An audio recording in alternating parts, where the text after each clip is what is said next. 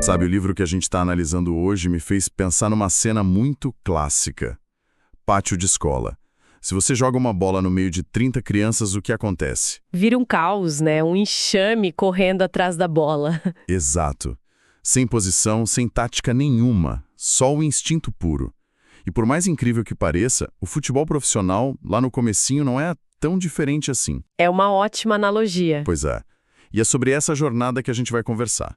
Vamos usar como guia o livro Evolução Tática e Estratégias de Jogo, do Carlos Alberto Parreira, para entender como o futebol deixou de ser essa guerra pacífica, instintiva, e virou esse xadrez complexo que a gente vê hoje. E para a gente ter uma ideia do ponto de partida do livro, leva a gente lá para 1863, na Inglaterra, com a criação da Football Association.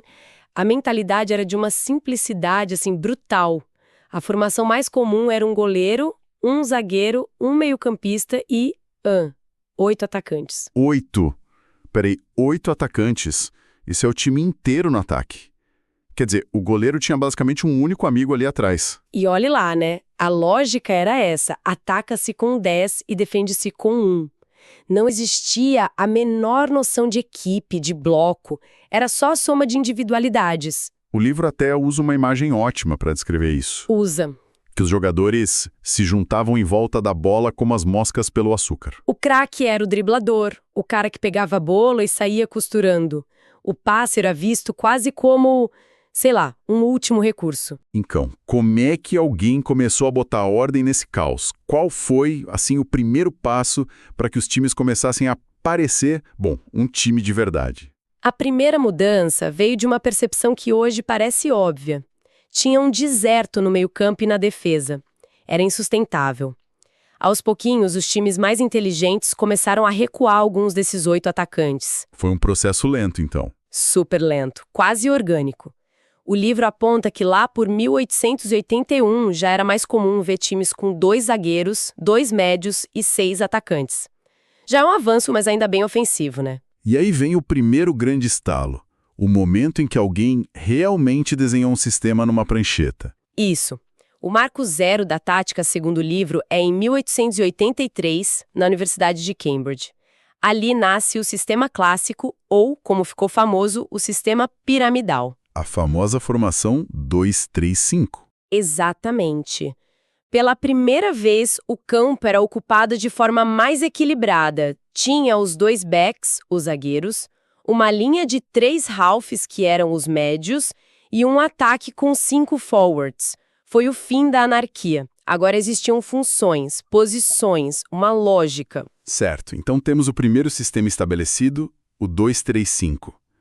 Parece que a coisa ia se acalmar, mas aí o livro diz que uma única mudança de regra virou tudo de cabeça para baixo de novo. E tem a ver com a lei do impedimento. O que era tão diferente naquela época? Era uma diferença brutal que definia o jogo inteiro.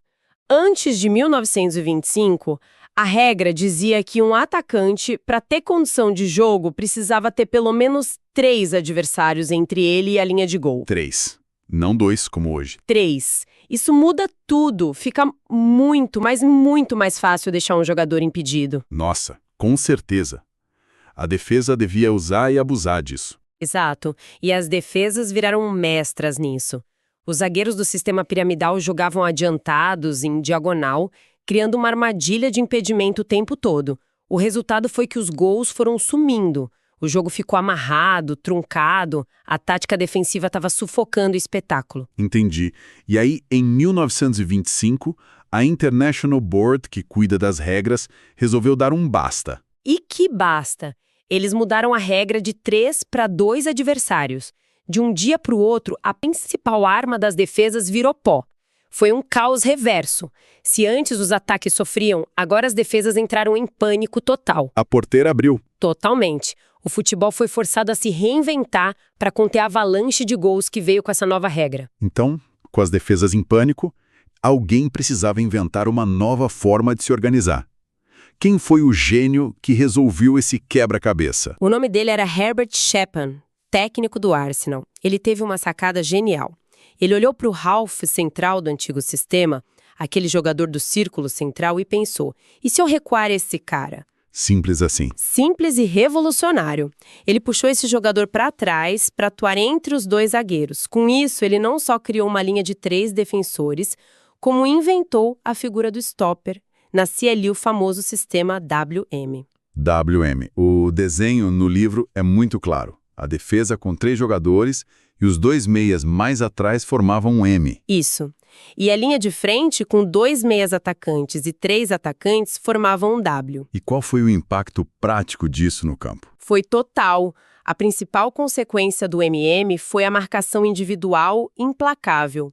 O sistema era tão simétrico que o W do ataque de um time se encaixava perfeitamente no M da defesa do outro. O zagueiro central marcava o centroavante, os outros zagueiros marcavam os pontas de lança. Exatamente. A responsabilidade era clara. Você e o seu adversário direto.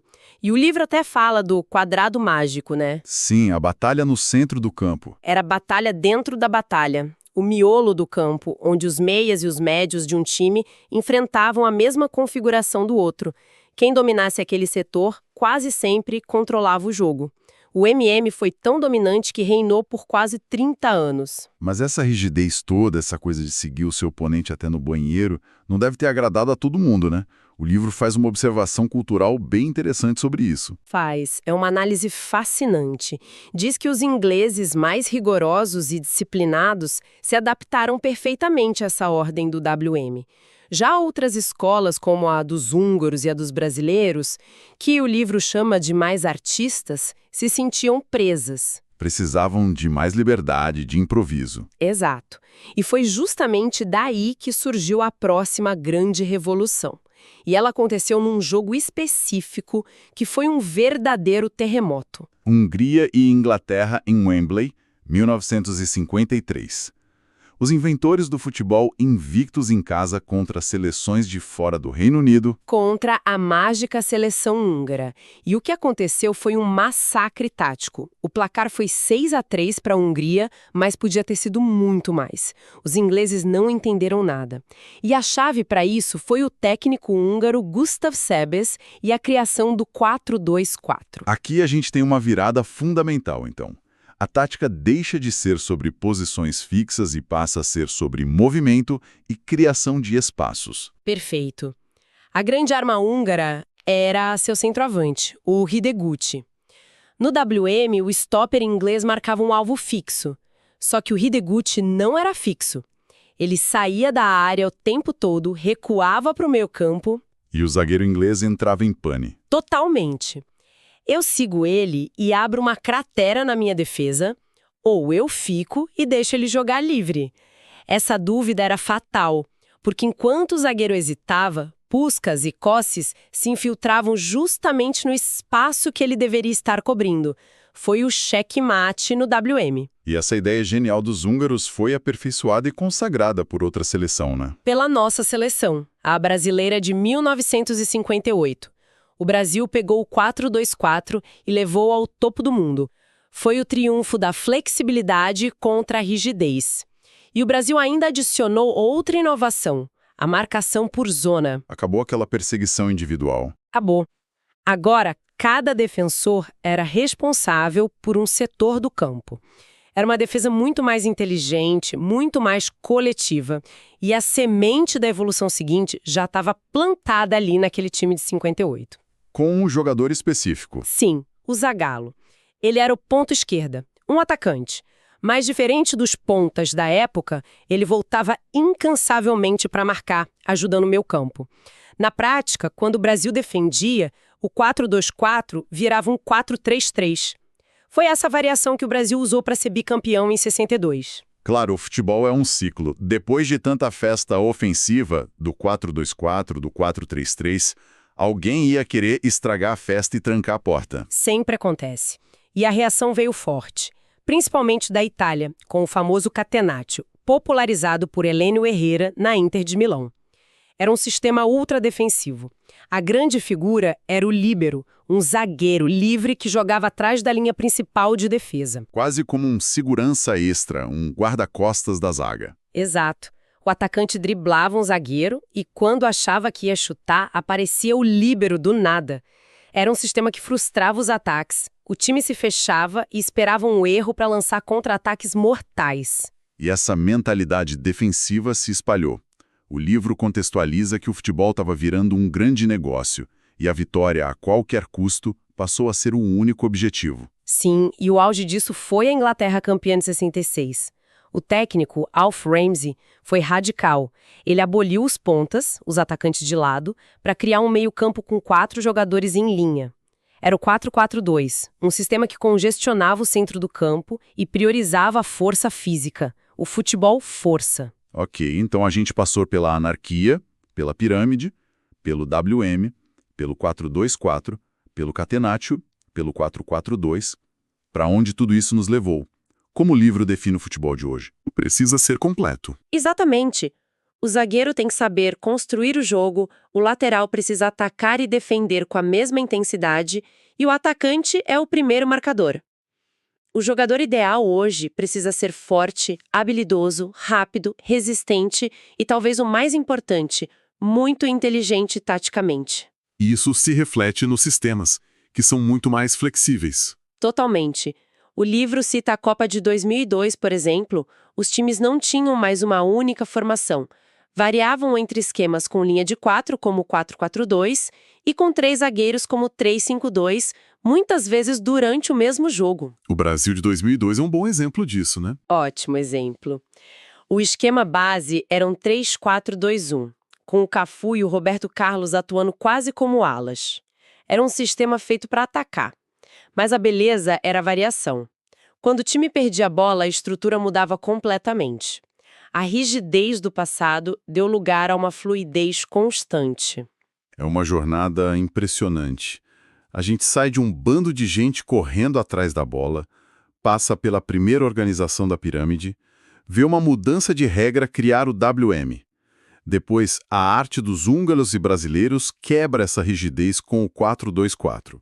Aí vem a reação defensiva que valoriza a força. E chegamos hoje a essa era da flexibilidade total, do atleta completo. É um pêndulo que nunca para.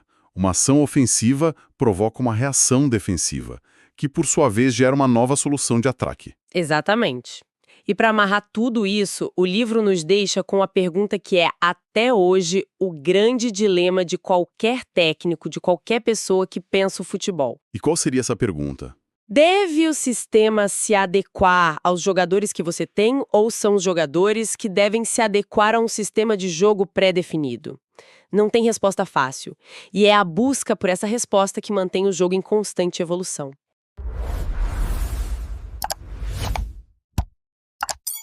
Gostou da resenha do livro? Para a aquisição do livro, o link está na descrição do vídeo.